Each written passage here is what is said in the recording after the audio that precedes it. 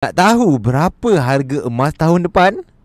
Nak tahu berapa harga emas tahun depan? Ada pakar jangka harga emas boleh naik sampai 3,500 US dollar per ounce. Kalau tukar duit kita, lebih RM800 1 gram. Gila kan? Tapi kenapa emas naik macam tu? Jawapan dia, ketakutan. Bila ekonomi tak stabil, orang-orang kaya tak pegang duit. Mereka akan pegang emas. Bayangkan Bank Pusat Dunia pun beli emas bertantan sebab nak lindungi nilai mata wang negara masing-masing. Tambahan pula inflasi makin naik, kuasa beli duit makin lama makin susut. Jadi emas ini adalah jadi tempat selamat, safe haven.